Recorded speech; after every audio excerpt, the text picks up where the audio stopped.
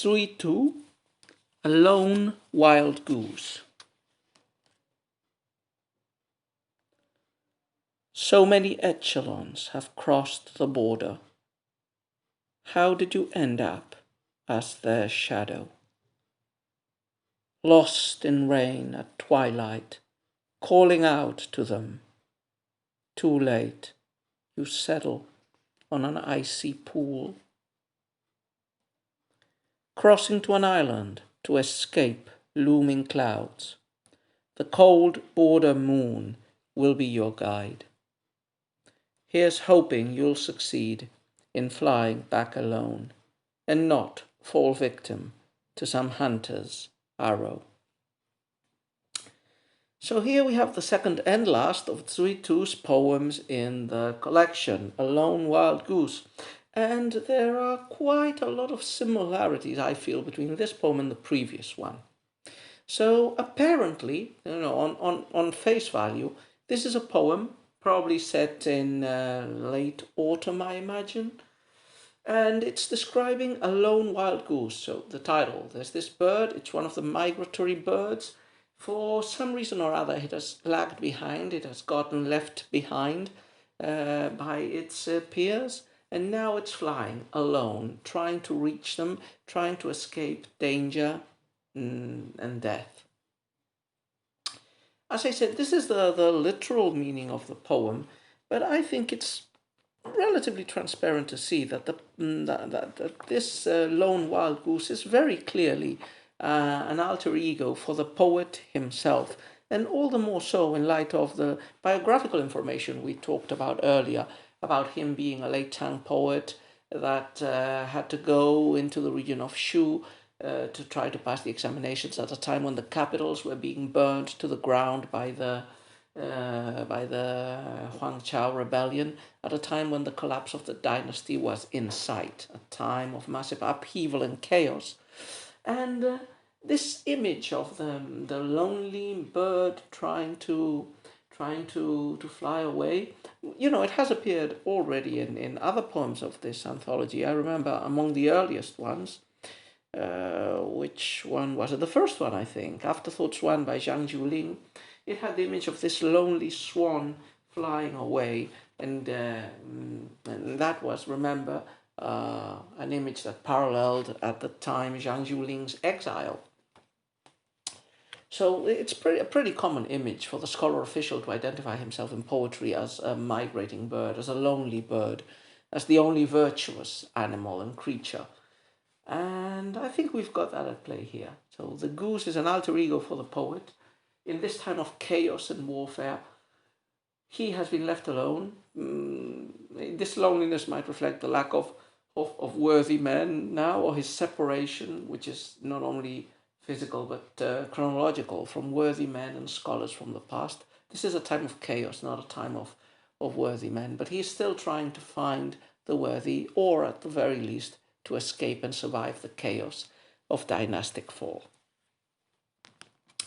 Okay then, so as usual, let's, having given this general impression, as I said, this is a poem with two readings, a literal one and an allegorical one. So having said this, we can take a look at the poem couplet by couplet as we usually do.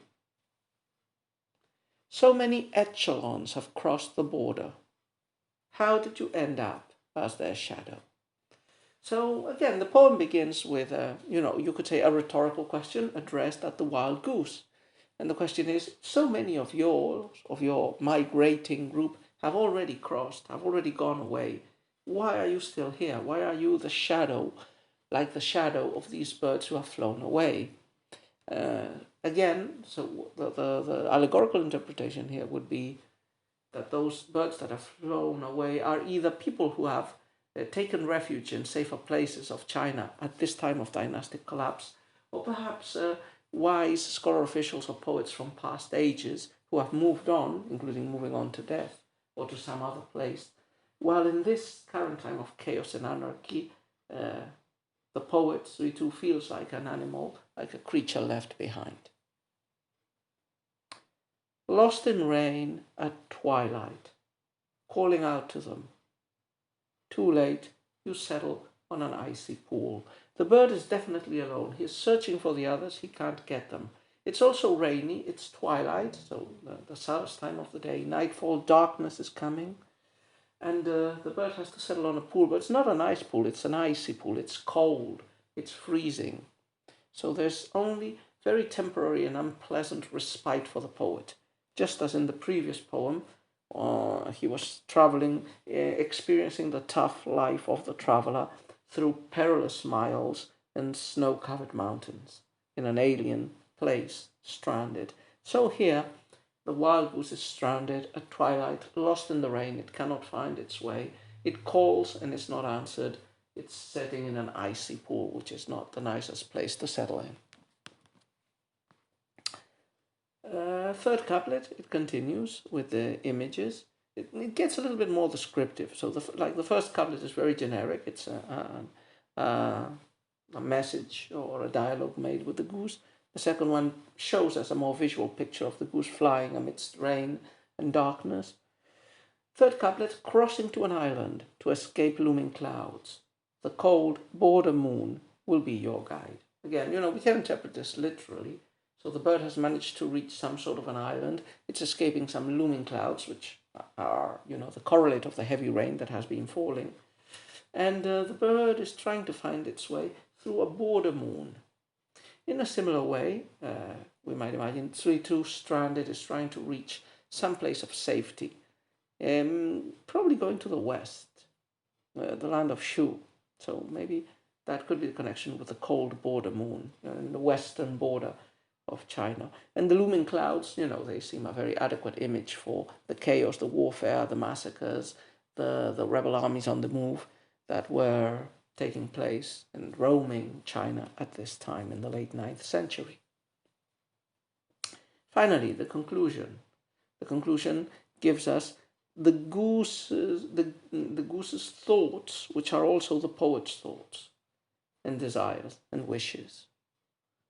Here's hoping you'll succeed in flying back alone and not fall victim to some hunter's arrow.